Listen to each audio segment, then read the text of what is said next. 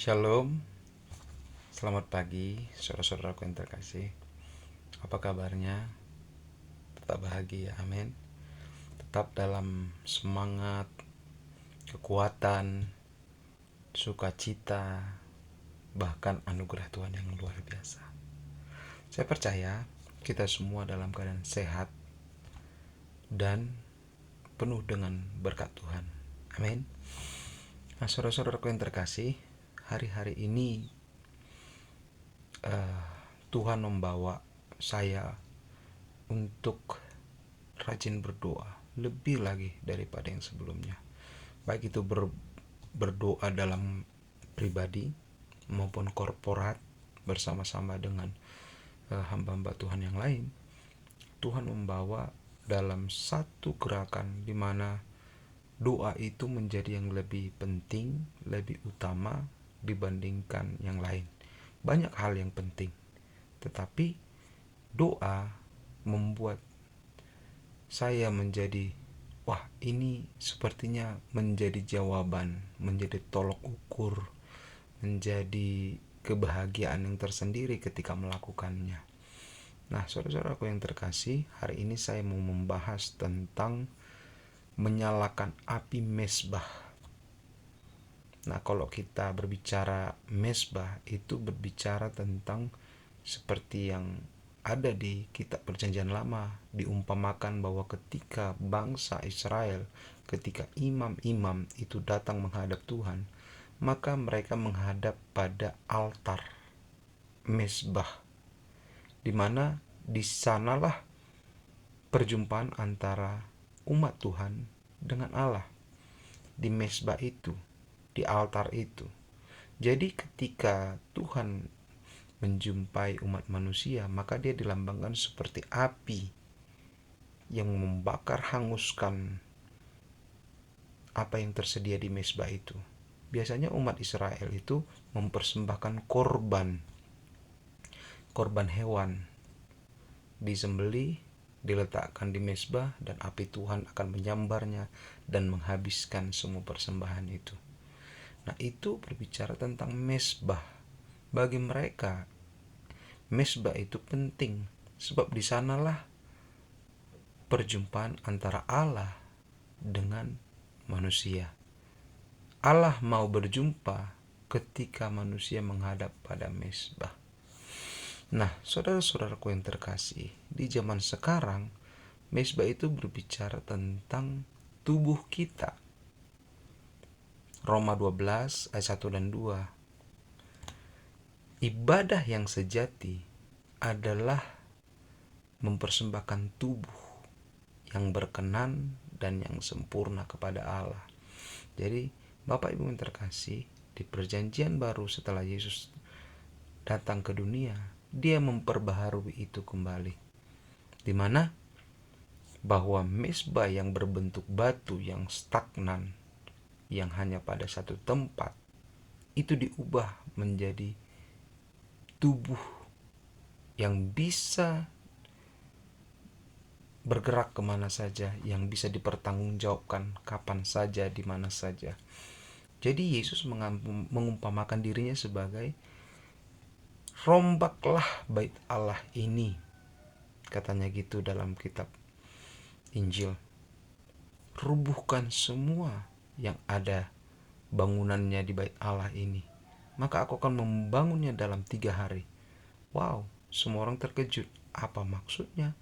Bait Allah itu dibangun 46 tahun. Lama sekali. Kok bisa cuma dibangun 3 hari? Bangunan seperti apa itu? Tetapi orang-orang Farisi, orang Saduki, tidak mengerti maksud daripada Tuhan Yesus Kristus, bahwa dia menginginkan tubuhmu lo yang menjadi bait Allah, tubuhmu lo yang menjadi mezbah itu. Jadi Bapak yang terkasih, kita penting untuk menjaga tubuh kita supaya layak, supaya tetap berkenan pada Allah, supaya tubuh kita ini tersedia kapan saja Allah mau berjumpa. Amin.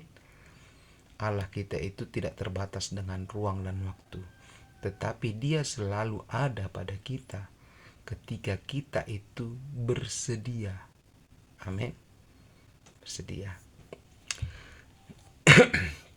Nah, saudara-saudaraku yang terkasih, seorang hamba Tuhan yang dikenal di Indonesia secara nasional dan mempunyai penggembalaan yang cukup besar di Jakarta. Hamba Tuhan ini dikenal sebagai gembala, nabi mungkin. Dan dia sudah lumayan berumur. Jadi orang-orang sekarang ini, generasi yang sekarang memanggilnya Opa. Opa Niko Noto Raharjo. Nah, hamba Tuhan ini sungguh sangat luar biasa. Karena dari khotbah-khotbahnya itu profetik semua, nubuatan semua. Saya ingat sekitar 3 tahun yang lalu, mungkin 4 tahun yang lalu, beliau sudah mengkhotbahkan bahwa waktunya sudah dekat. Waktunya sudah dekat. Artinya waktu Tuhan datang ke dunia yang kedua kalinya sudah dekat. Itu sudah dia mulai dari bertahun-tahun yang lalu. Dan sekarang kita lihat manifestasi daripada akhir zaman itu yang sesuai dengan ditulis dengan kitab Injil.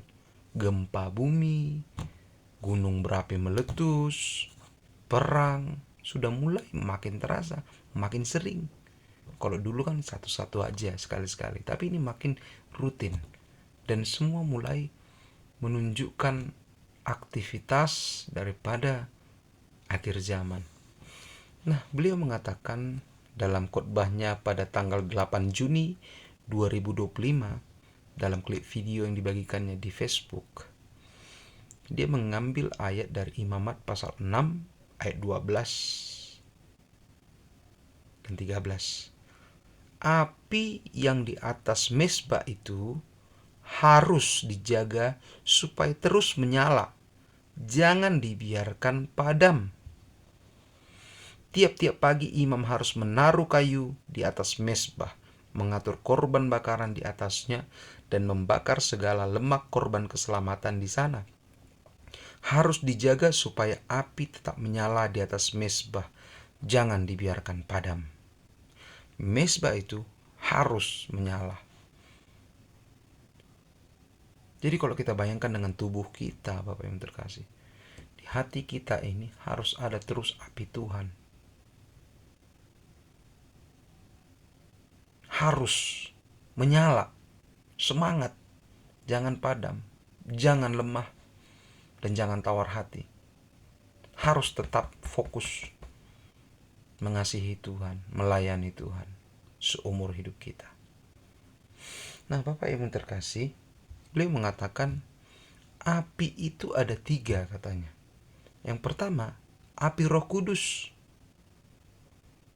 Roh Kudus yang dalam hidup kita harus tetap menyala, harus tetap berkobar-kobar, harus tetap hidup, harus tetap bersuara, dan harus tetap ditaati. Suaranya harus kita taati. Yang kedua, api kasih kepada Tuhan dan sesama. Kasih kita kepada sesama umat manusia dan kasih kita kepada Tuhan ketika melayani itu harus tetap sama dahulu dan sekarang. Gak boleh berubah. Zaman boleh berubah, teknologi mungkin akan meningkat, tetapi kasih itu yang paling bisa kita rasakan. Kalau engkau mengasihi Tuhan, kau pasti akan menunjukkan kasih itu dengan apa? Dengan perbuatan, dengan ucapan, dengan tindakan, dengan pemberian. Kalau engkau mengasihi sesama, engkau pasti menunjukkan bahwa engkau memang orang yang sudah dikasihi Tuhan dan ingin mengasihi sesamamu, no matter what. Gak peduli apapun yang terjadi, entah orang itu baik, entah orang itu jahat, entah orang itu sewenang-wenang, tapi engkau tetap mengasihi mereka. Engkau tidak ikut dalam dosa mereka, tetapi engkau mengasihi mereka, menyadarkan, mengingatkan, dan mengajak mereka ke jalan yang benar. Kasih kita kepada sesama. Yang ketiga,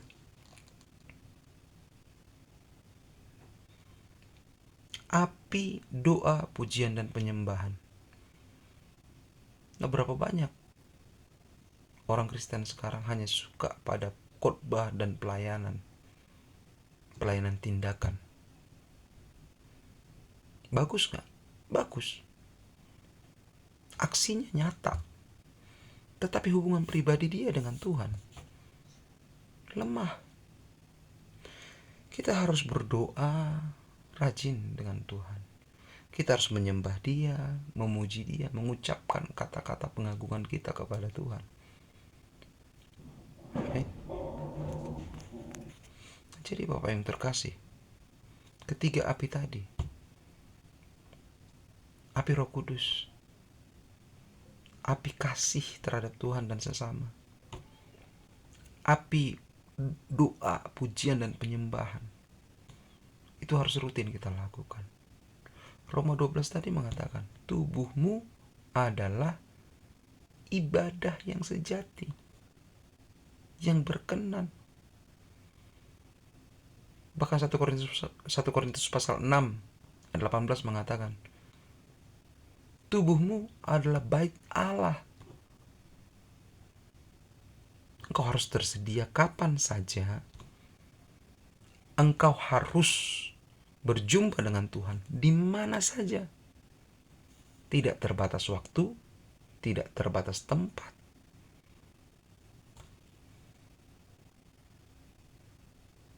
Bapak Ibu yang terkasih, memang kita manusia punya jiwa. Jiwa ini kadang-kadang ada moodnya.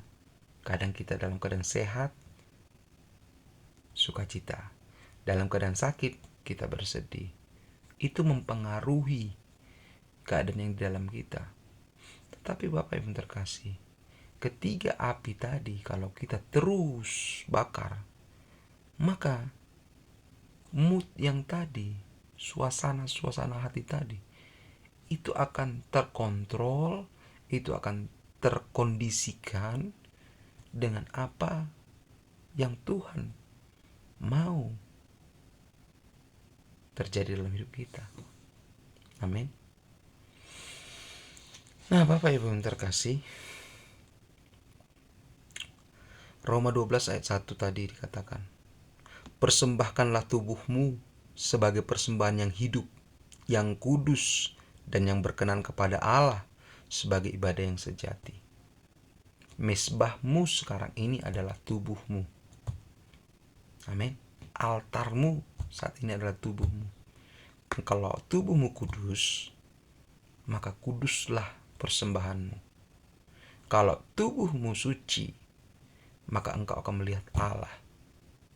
Amin. Tubuh itu penting, dijaga, dirawat. Ya. Matius 22 ayat 21b. Berikanlah kepada kaisar apa yang wajib kamu berikan kepada kaisar, dan kepada Allah apa yang wajib kamu berikan kepada Allah. Tuhan Yesus mengajarkan, ada yang kau berikan kepada penguasa dunia ini.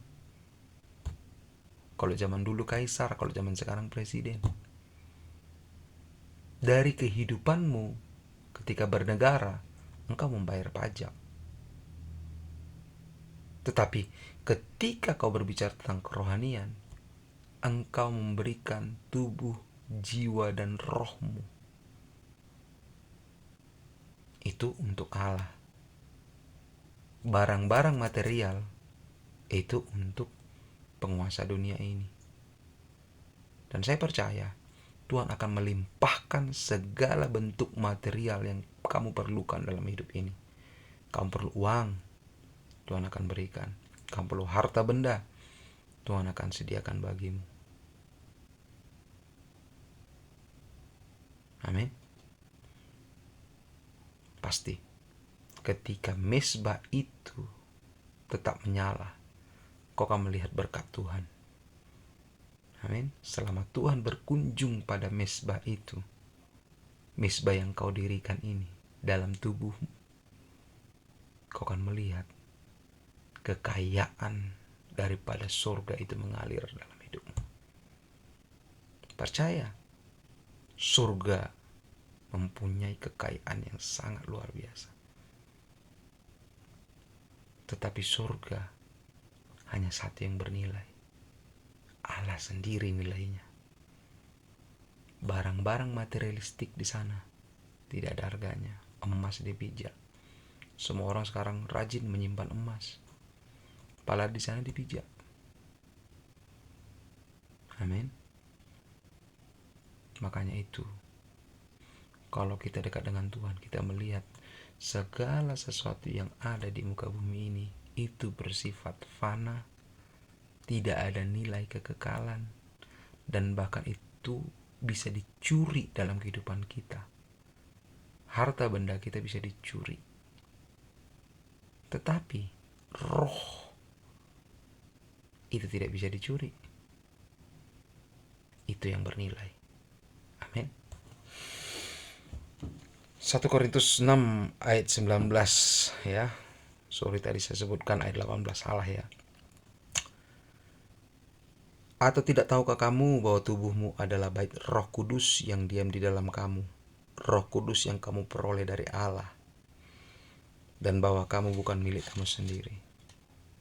Jadi kalau kamu terikat pada Roh Allah, maka tubuhmu itu adalah milik Allah. Tapi kalau kau terikat kepada roh najis, seperti yang dituliskan di 1 Korintus 6 ayat 18 tadi, maka engkau akan terikat pada roh najis itu. Amin. Kitab Keluaran 29 ayat 38 sampai 46 dijelaskan ada 2 waktu dalam kemah pertemuan antara Allah dengan bangsa Israel. Yang pertama itu ada korban bakaran pagi.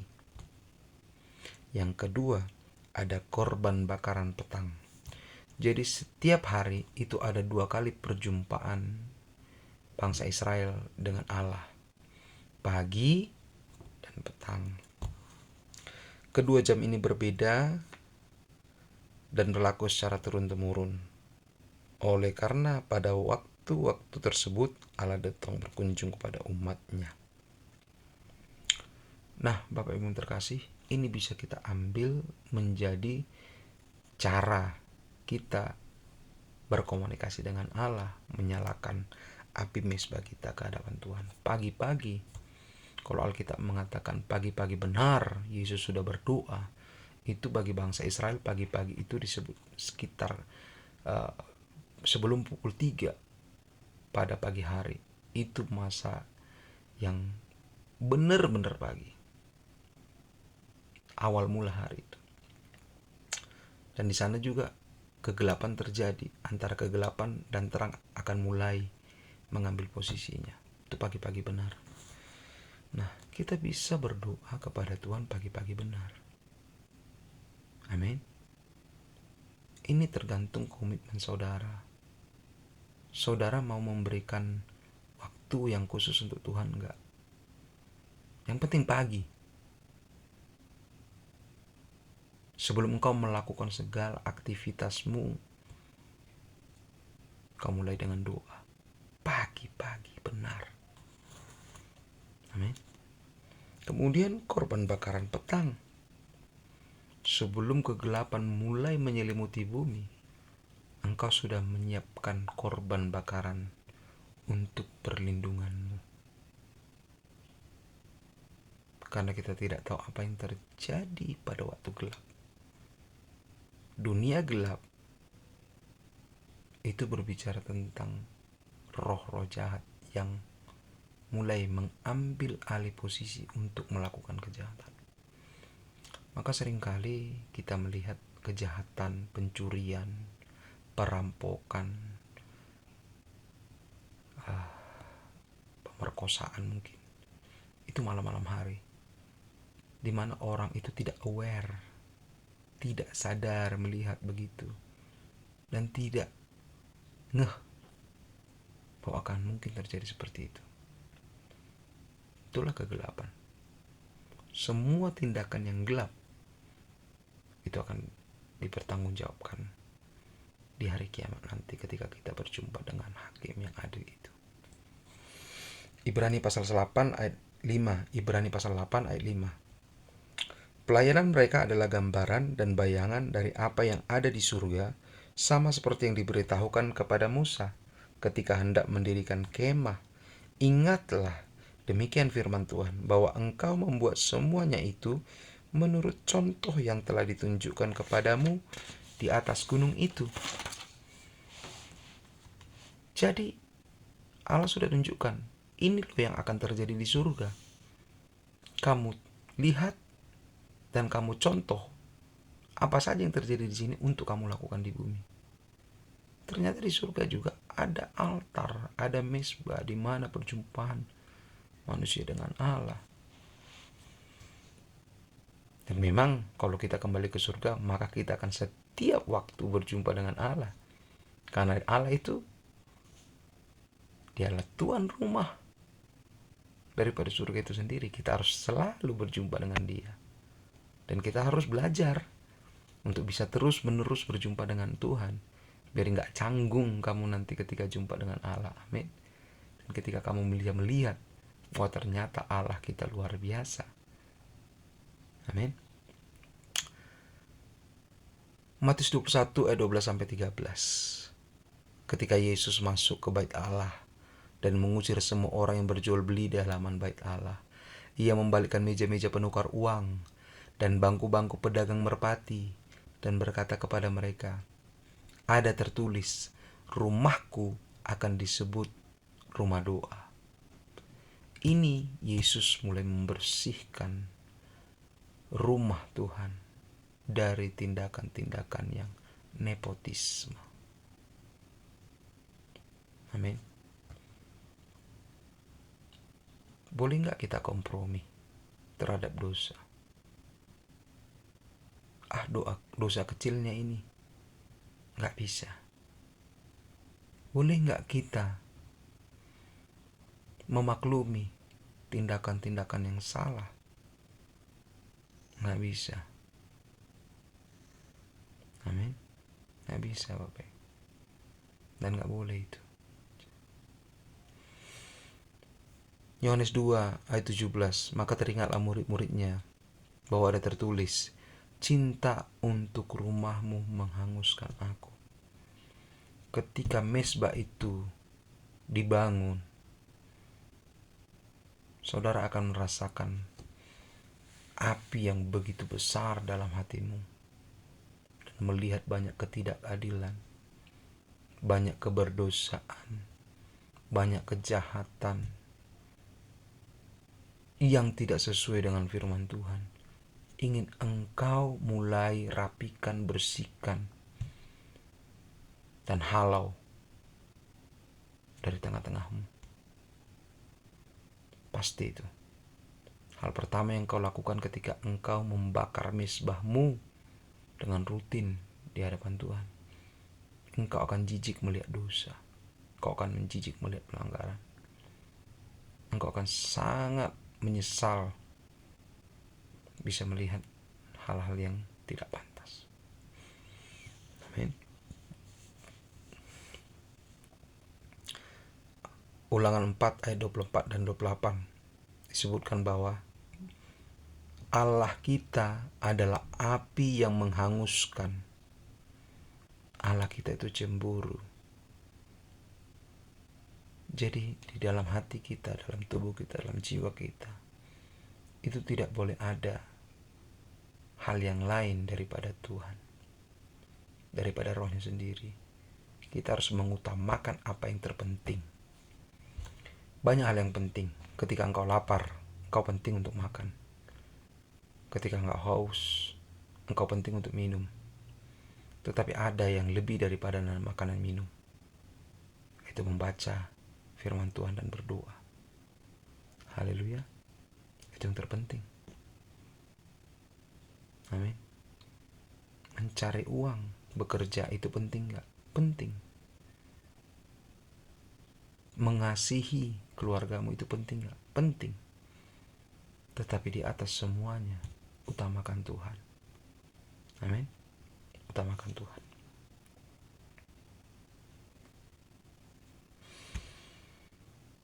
Ibrani pasal 10 ayat 1. Di dalam hukum Taurat hanya terdapat bayangan saja dari keselamatan yang akan datang. Semua model yang ada di hukum Taurat itu cuma gambaran aja bagaimana tata cara beribadah.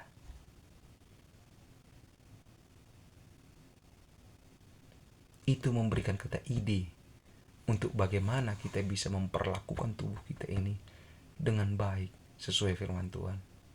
Tubuhmu adalah bait Allah. Tubuhmu adalah tempat ibadah. Rawatlah. Perhatikan bagaimana dulu bangsa Israel itu membersihkan semua pelataran, membersihkan tempat-tempat pembakaran, menyalakan lampu-lampu di dalam bait Allah supaya terang, dan membuat pagar dari sekeliling bait Allah itu sendiri supaya jangan sembarangan orang masuk. Dan orang-orang yang melayani di bait Allah itu adalah orang-orang yang dikhususkan, tidak sembarangan orang untuk masuk. Masih dosa kecilnya, bolehlah kau melayani Tuhan? Enggak boleh. Sebelum kau minta ampun dan bertobat, jangan. Amin. Jangan.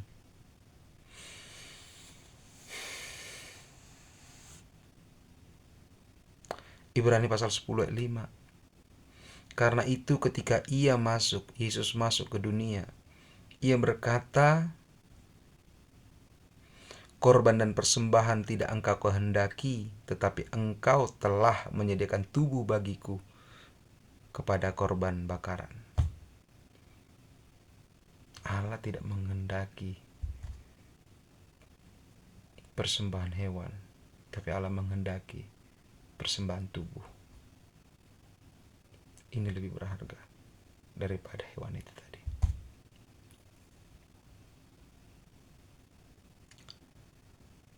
Roma 8 ayat 29. Sebab semua orang yang dipilihnya dari semula, mereka juga ditentukannya dari semula untuk menjadi serupa dengan gambaran anaknya, supaya ia anaknya itu menjadi yang sulung di antara banyak saudara.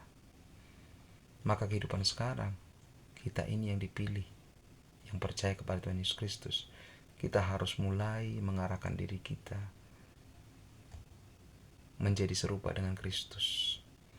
Kristus mempersembahkan tubuhnya bagi Allah, menjaga tubuhnya tetap sempurna, tetap tidak bercacat dan suci di hadapan Allah. Dan kita juga perlu untuk melakukan hal yang sama. Yesus berdoa pagi-pagi benar. Di dalam kitab Markus pasal 1 ayat 35 dikatakan, pagi-pagi benar Yesus pergi berdoa. Dan di ayat-ayat yang lain kita juga berjumpa bagaimana Yesus itu menaikkan puji-pujian, bahkan menari pada waktu malam ketika bersama dengan murid-muridnya, bersukaria, bersukacita di hadapan Allah. Amin. Matius 3 ayat 11. Aku membaptis kamu dengan air sebagai tanda pertobatan, tetapi ia yang datang kemudian daripadaku lebih berkuasa. Ia yang datang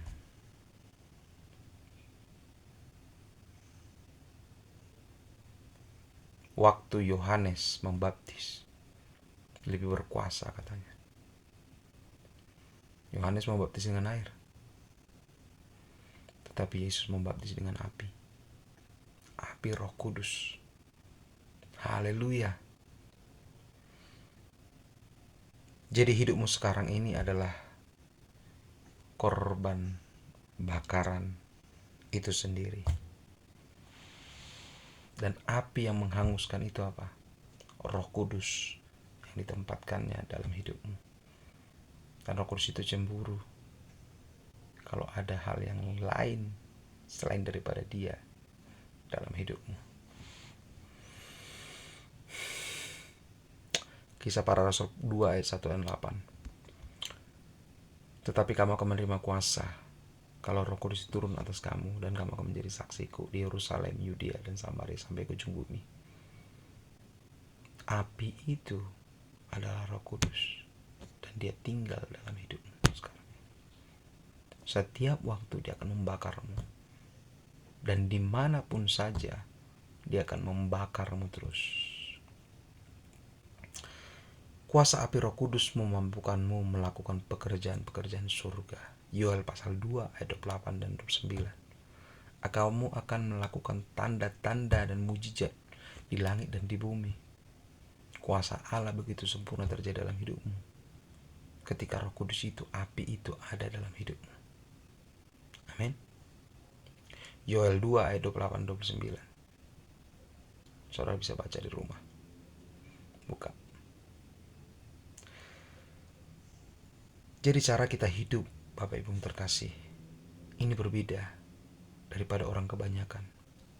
Cara kita hidup itu harus dipimpin oleh Roh Kudus. Api itu yang membakar kita, menerangi jalan kita. Galatia 5 ayat 18. Kehidupanmu dipimpin oleh Roh Kudus dari dalam, bukan hanya taat firman Tuhan secara lahiriah, melainkan dari batiniahmu, dari dalammu. Kamu taat kepada firman Tuhan. Bukan hanya sekedar ritual, tetapi menjadi pengorbanan. 2 Korintus 3:3. Kamu menjadi surat berjalan. Kamu akan menjadi surat yang berjalan, surat Kristus yang berjalan. Orang akan membaca kehidupanmu, ternyata ada Tuhan dalam hidupmu. Amin. Orang baca hidupmu, dia melihat Allah. Nah, bagaimana cara kita menjaga api itu tetap membakar tubuh kita? Lukas 12 ayat 49. Lukas pasal 12 ayat 49. Aku datang untuk melemparkan api ke bumi, dan betapakah aku harapkan api itu sudah menyala. Dia sudah memberikan Roh Kudus. Dan bagi saudara yang belum menerima Roh Kudus, minta, baptis aku Tuhan. Aku percaya kepadamu, Yesus Kristus sebagai Tuhan dan Juru Selamatku. Masuklah ke dalam hatiku, dan jadilah Tuhan atas hidupku. Ampunilah segala dosa-dosaku, dan biarkanlah aku menerima Roh Kudus-Mu. Aku bisa berbahasa roh. Aku bisa menikmati kuasa Tuhan dalam nama Yesus. Hirabakasyata kanamaya karabuku. Hiribianduku sheherete akataka. Mikiria kata mauku shihiti kirianawa. Dalam nama Yesus, terimalah Roh Kudus, penuhlah engkau dengan Roh Kudus. Halabahata hasyata kanamana. Amin. Matius pasal 25 ayat 1-13. Jadilah bijaksana dengan menyiapkan minyak itu tadi. Ada perumpamaan 5 gadis yang bodoh dan 5 gadis yang bijaksana. Mereka sama-sama berharap bertemu dengan Allah, bertemu dengan pengantin itu. Tetapi yang satu, kelompok itu yang 5 orang, tidak mempersiapkan dirinya. Dia hanya ikut aja, semangat saja, tetapi dia tidak menjaga api itu supaya bisa terus menyala. Dia lupa membawa minyak. Sehingga 5 gadis bijaksana tadi, mereka terus membangun hidupnya, bergairah di hadapan Tuhan dengan berdoa, dengan memuji, menyembah Tuhan, menjaga api Roh Kudus, menjaga api kasih terhadap Tuhan dan sesama, menjaga api doa pujian dan penyembahan setiap hari.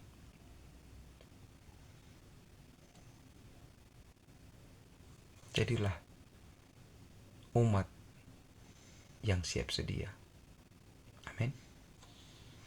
Lukas pasal 2 ayat 36-37. Berdoa dan berpuasa itu adalah salah satu cara menjaga api itu. Kita mulai mengosongkan diri kita. Kita tahan nafsu duniawi ini dalam hidup kita. Kita berpuasa dan kita berdoa secara rutin. Itu cara menjaganya. Tanpa doa kamu gak bisa menyalakan mezbah itu. Kamu harus terkoneksi dengan Allah setiap saat, setiap waktu. Pagi dan petang. Maka kamu akan menjadi pelayan perjanjian baru yang melayani dengan api. 2 Korintus 3 ayat 6 sampai 18. Engkau akan melayani dengan Roh Kudus. Pelayananmu bukan pelayanan biasa, tetapi pelayanan Roh yang menusuk jauh sampai ke dalam sumsum hati, jiwamu, rohmu, kehendakmu. Itu masuk terus ke dalam. 2 Korintus 4 ayat 18. Pelayan yang hanya mengarah pada kekekalan. Kamu akan tinggalkan bullshit. Kamu akan tinggalkan hal-hal duniawi yang tidak ada gunanya. Tapi kau akan melihat ada nilai kekekalan yang harus engkau tingkatkan, engkau naikkan, engkau bagikan. Doa adalah salah satu nilai yang kekal. Api doa itu harus terus menyala. Jangan padam. Berdoa, berdoa, berdoa. Amin. Saya mau menyemangati saudara supaya terus bisa melihat Allah setiap hari dalam kehidupan pribadimu maupun dalam kehidupan bersama-sama dengan saudara seiman. Kita perlu doa. Nyalakan api mesbah itu. Bangun dirimu di atas Roh Kudus. Amin. Puji Tuhan. Biar kiranya engkau diberkati dan engkau bisa melihat hari-hari depan Tuhan merangkaikan satu keadaan, satu kehidupan, satu tanggung jawab di mana engkau terus menyalakan api mesbahmu. Diberkatilah engkau dalam nama Yesus Kristus. Amin.